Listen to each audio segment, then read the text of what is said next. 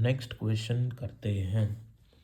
Question है a particle of charge per unit mass alpha. तो एक चार्ज पार्टिकल है जिसका चार्ज पर यूनिट मास हमको गिवन है जो कि है अल्फा। उसको यूनिफॉर्म स्पीड से प्रोजेक्ट किया जाता है ओरिजिन से। वेलोसिटी है उसकी वी नॉट आई कैप।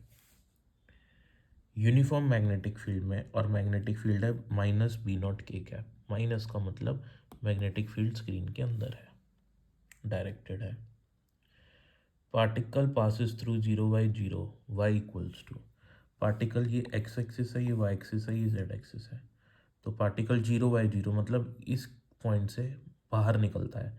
यहाँ पे मैग्नेटिक फील्ड रीजन है ये पूरा, ठीक है ना, ये पूरा मैग्नेटिक फील्ड रीजन है और पार्टिकल यहाँ से बाहर निकलता है। तो यहाँ से बाहर निकलने का मतलब कि उसकी ट्रेजेक्ट्री कैसी होगी। देखो, चार्ज पार्टिकल की ट्रेजेक्ट्री निकालने के लिए हम लोग सबसे पहले ये स्टडी करते हैं कि उस पर फोर्स किस डायरेक्शन पे लगेगा।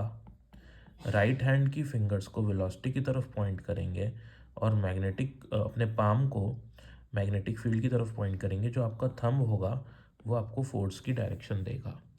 जहाँ पे आपका फोर्स लग रहा है वहाँ पे, क्योंकि हमको पता है कि चार्ज पार्टिकल मैग्नेटिक फील्ड में सर्कुलर मोशन करता है, तो जहाँ पे आपका थंब पॉइंट करता है, सपोज करो कि चार्ज पार्टिकल इस डायरेक्शन में मूव कर रहा है, मैग्नेटिक फील्ड है अंदर की तरफ, तो V cross B, fingers velocity की तरफ, मैग्नेटिक फील्ड जो पाम है वो मैग्नेटिक फील्ड की तरफ, तो मेरा थंब कहाँ पॉइंट कर रहा है, मेरा थंब इधर पॉइंट कर रहा है।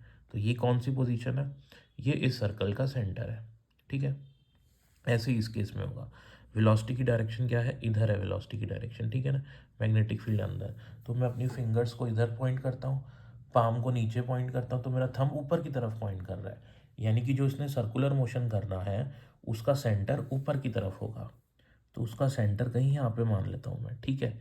तो अगर सेंटर ये है तो ट्रेजेक्ट्री ऐसी बनेगी, राइट। और यहाँ से वो मैग्नेटिक फील्ड से बाहर निकल जाता है, यानी कि इतनी रीजन पे ही मैग्नेटिक फील्ड है, ठीक है। तो यहाँ से वो ऐसे घूमते हुए ऐसे बाहर आता है। समझ में आई बात।